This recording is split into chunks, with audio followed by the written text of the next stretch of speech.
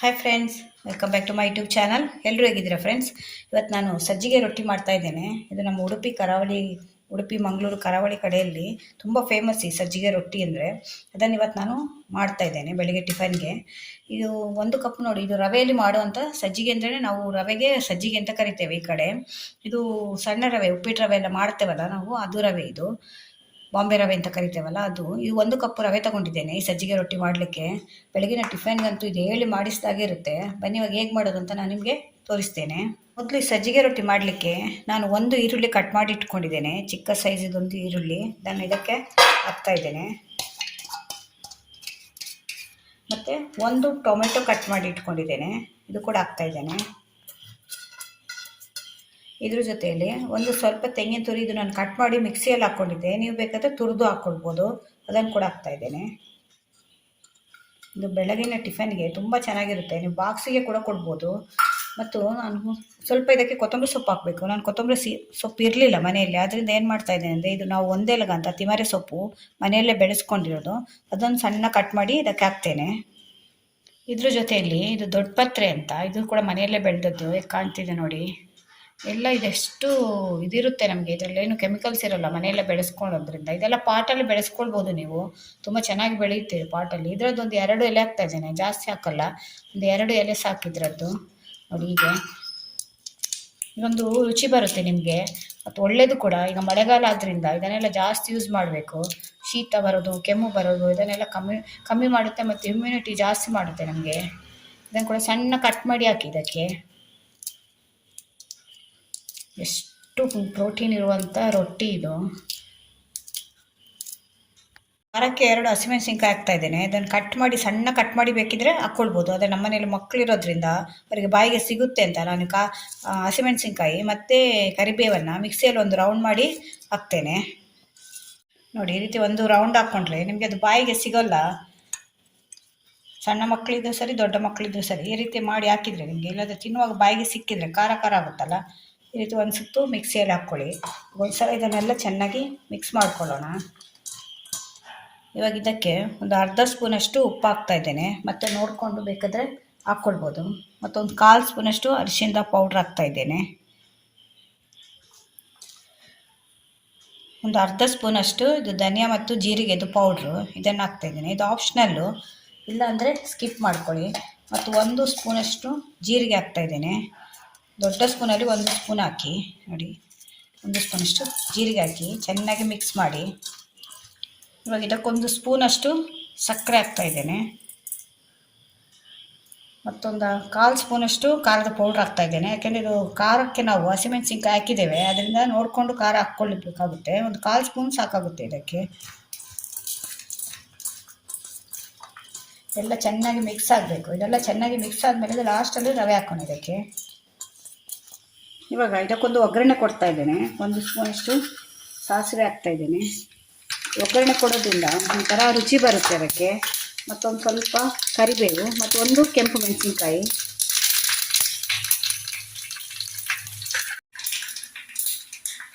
ಒಗ್ಗರಣೆ ಇದಕ್ಕೆ ಹಾಕೋಣ. ಒಗ್ಗರಣೆ ಹಾಕಿದ್ಮೇಲೆ ಒಂದ್ಸಲ ಚೆನ್ನಾಗಿ ಮಿಕ್ಸ್ ಮಾಡಿ. ಎಷ್ಟು ಘಮ ಬರ್ತಾ ಇದೆ ಅಂದರೆ ಅಷ್ಟು ರುಚಿಯಾಗಿರುತ್ತೆ ಇದು. ಇದಕ್ಕೇನು ನಿಮಗೆ ಗ್ರೇವಿ ಎಲ್ಲ ಏನೂ ಬೇಕು ಅಂತಿಲ್ಲ, ಹಾಗೆ ತಿನ್ಬೋದು ಇದು. ಇವಾಗೆಲ್ಲ ಇದು ಚೆನ್ನಾಗಿ ಮಿಕ್ಸ್ ಆದಮೇಲೆ ಇವಾಗ ಇದಕ್ಕೊಂದು ಕಪ್ಪು ರವೆ ಹಾಕ್ತಾ ಇದ್ದೇನೆ. ನೋಡಿ, ರವೆ ತಗೊಂಡಿದ್ದೇನಲ್ಲ, 1 ಕಪ್ಪು ರವೆ ಇದಕ್ಕೆ ಹಾಕ್ತಾ ಇದ್ದೇನೆ. ಇದು ಸುಮಾರು 5 ರಿಂದ 6 ರೊಟ್ಟಿ ಆಗುತ್ತೆ ಇದರಲ್ಲಿ ನಿಮಗೆ. ಒಂದ್ಸಲ ಚೆನ್ನಾಗಿ ಮಿಕ್ಸ್ ಮಾಡಿ.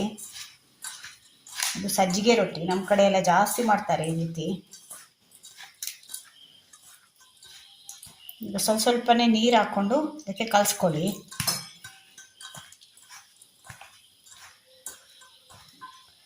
ಒಮ್ಮೆಲೆ ಜಾಸ್ತಿ ನೀರು ಹಾಕಬೇಡಿ, ಸ್ವಲ್ಪನೇ ನೀರು ಹಾಕ್ಕೊಂಡು ನೀವು ಎಷ್ಟು ಅದಕ್ಕೆ ಬೇಕು ಅಷ್ಟು, ಅದಕ್ಕೆ ನಮಗೆ ತಟ್ಟಬೇಕಲ್ಲ, ಕಲ್ ಮೇಲೆ ಇಟ್ಟಿದ್ದನ್ನು ತಟ್ಟಬೇಕು ರೊಟ್ಟಿಯಾಗೆ. ಅದರಿಂದ ಎಷ್ಟು ಅದಕ್ಕೆ ಬೇಕು ಅಷ್ಟು ಅದನ್ನು ನೋಡಿಕೊಂಡು ನೀರು ಹಾಕ್ಬೇಕು ಇದಕ್ಕೆ.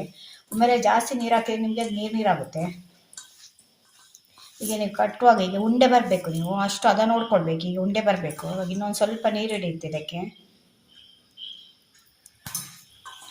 ಸಡನ್ನಾಗಿ ಟಿಫನ್ ಏನು ಮಾಡೋದು ಅಂತ ಮನೆಯಲ್ಲಿ ಆಲೋಚನೆ ಮಾಡುವಾಗ ಇದನ್ನೊಂದು ಮಾಡ್ಬೋದು. ತುಂಬ ಈಸಿ, ಮನೇಲಿರುವಂಥ ಸಾಮಾನು ಎಲ್ಲ ಯೂಸ್ ಮಾಡೋದು ನಾವು. ಮತ್ತು ಯಾವುದೆಲ್ಲ ಇಲ್ಲ ಅದನ್ನು ಸ್ಕಿಪ್ ಮಾಡಿ. ಅದು ತಿಮರೆ ಎಲ್ಲ ದೊಡ್ಡ ಪಾತ್ರೆ ಎಲ್ಲ ಇಲ್ಲ ಅಂದರೆ ಕೊತ್ತಂಬರಿ ಸೊಪ್ಪು ಹಾಕಿ, ಅದೆಲ್ಲ ಏನು ಕಂಪಲ್ಸರಿ ಇದ್ದರೆ ಮಾತ್ರ ಖಂಡಿತ ಹಾಕಿ, ತುಂಬ ಒಳ್ಳೆಯದದು ಆರೋಗ್ಯಕ್ಕೆ. ನೋಡಿ ಈ ರೀತಿ ಬರಬೇಕು, ಉಂಡೆ ಕಟ್ಟಲಿಕ್ಕೆ ಬರಬೇಕು ನಮಗೆ, ಈ ರೀತಿ ಬರಬೇಕು ನೋಡಿ. ಈ ರೀತಿ ಇದನ್ನೆಲ್ಲ ಚೆನ್ನಾಗಿ ಮಿಕ್ಸ್ ಮಾಡ್ಕೊಂಡ್ಮೇಲೆ ಇನ್ನೊಂದು ಸ್ವಲ್ಪ ನೀರು ಹಾಕ್ತೇನೆ ಇದಕ್ಕೆ. ಒಂದು ಸ್ವಲ್ಪ ಚೆನ್ನಾಗಿ ಎಲ್ಲ ಮಿಕ್ಸ್ ಆದಮೇಲೆ ಇದೊಂದು 15ರಿಂದ 20 ನಿಮಿಷ ಹಾಗೆ ಇಡಬೇಕು, ಯಾಕೆಂದರೆ ರವೆ ಚೆನ್ನಾಗಿ ನೆನಿಬೇಕಿದು. ನೀನು ಎಂದಷ್ಟು ನಿಮಗೆ ಚೆನ್ನಾಗಿ ಬರುತ್ತೆ ರೊಟ್ಟಿಯಾಗ. ಇದನ್ನೆಲ್ಲ ಇವಾಗ ಒಂದು ಸಲ ಚೆನ್ನಾಗಿ ಕಲಿಸ್ಕೊಂಡ್ಮೇಲೆ ಇವಾಗ ಮುಚ್ಚಿಡ್ತೇನೆ ಒಂದು 15ರಿಂದ 20 ನಿಮಿಷ. ನೋಡಿ ಹೇಗೆ ಕಾಣ್ತಾ ಇದೆ ಅಂತ, ರುಚಿ ಕೂಡ ಹಾಗೆ ಇರುತ್ತೆ, ಅಷ್ಟು ಚೆನ್ನಾಗಿರುತ್ತೆ. ಯಾರಿಗೆಲ್ಲ ಗೊತ್ತಿಲ್ಲ ಅಂದರೆ ಒಂದು ಸಲ ಟ್ರೈ ಮಾಡಿ. ಇದು ನಮ್ಮ ಕಡೆ ಸಜ್ಜಿಗೆ ರೊಟ್ಟಿ ಅಂತ ಕರಿತೇವೆ ಇದಕ್ಕೆ ನಾವು.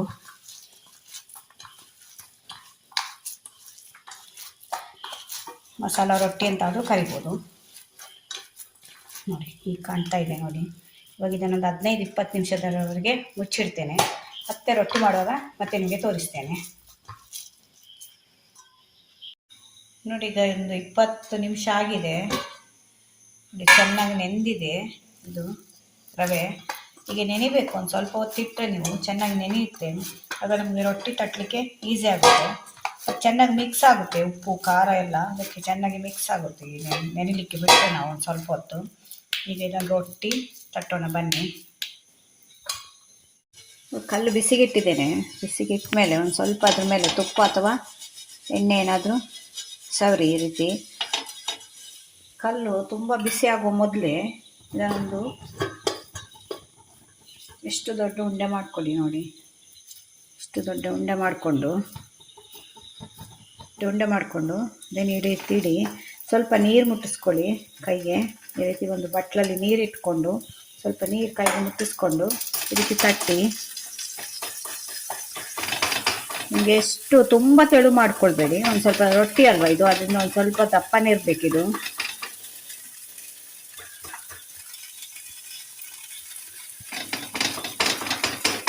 ಈ ರೀತಿ ಸುತ್ತ ತಟ್ಕೊಂಡು ಬನ್ನಿ.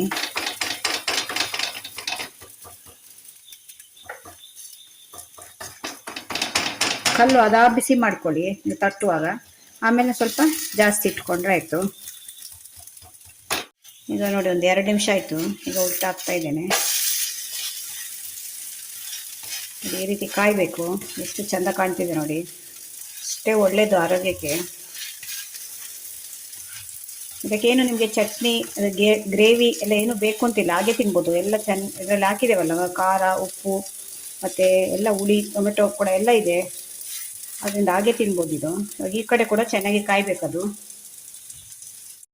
ನೋಡಿ. ಈ ಕಡೆ ಕೂಡ ಕಾದಿದೆ, ಹೇಗೆ ಕಾಣ್ತಿದೆ ನೋಡಿ. ನಮ್ಮದು ಸಜ್ಜಿಗೆ ರೊಟ್ಟಿ ರೆಡಿಯಾಗಿದೆ ನೋಡಿ, ಎಷ್ಟು ಸಾಫ್ಟ್ ಬಂದಿದೆ. ಇವಾಗ ಇನ್ನೊಂದು ತಟ್ಟಿ ತೋರಿಸ್ತೇನೆ.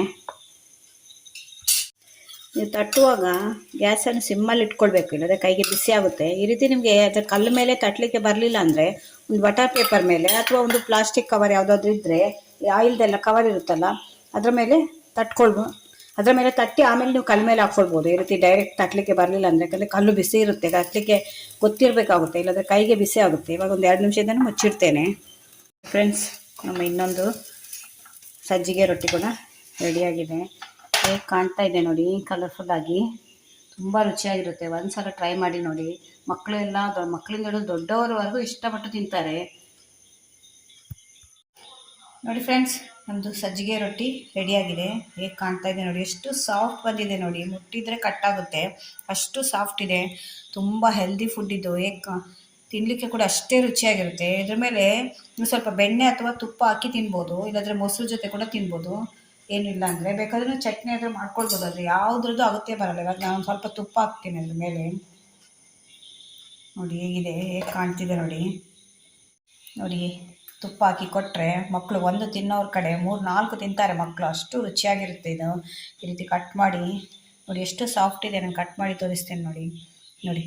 ಈಗ ಕಟ್ ಮಾಡಿದರೆ ಕಟ್ಟಾಗುತ್ತೆ, ಅಷ್ಟು ಸಾಫ್ಟ್ ಇದೆ ನೋಡಿ. ಈ ರೀತಿ ಮಾಡಿ ಒಂದು ಸ್ವಲ್ಪ ತುಪ್ಪದಲ್ಲಿ ಈಗ ಮುಳುಗಿಸಿ ತಿಂತಾಯಿದ್ರೆ ಅಷ್ಟು ರುಚಿಯಾಗಿರುತ್ತೆ.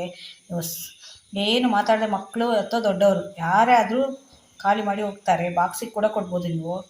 ಒಂದು ಸಲ ಟ್ರೈ ಮಾಡಿ ನೋಡಿ. ವಿಡಿಯೋ ನಿಮ್ಗೆ ಇಷ್ಟ ಆದರೆ ನನ್ನ ಚಾನಲ್ನ ಸಬ್ಸ್ಕ್ರೈಬ್ ಮಾಡ್ಕೊಂಡು ನೋಡಿ. ಇದೇ ಥರ ಹೊಸ ವಿಡಿಯೋ ತೊಗೊಂಡು ಮತ್ತೆ ಬರ್ತೇನೆ. Bye friends.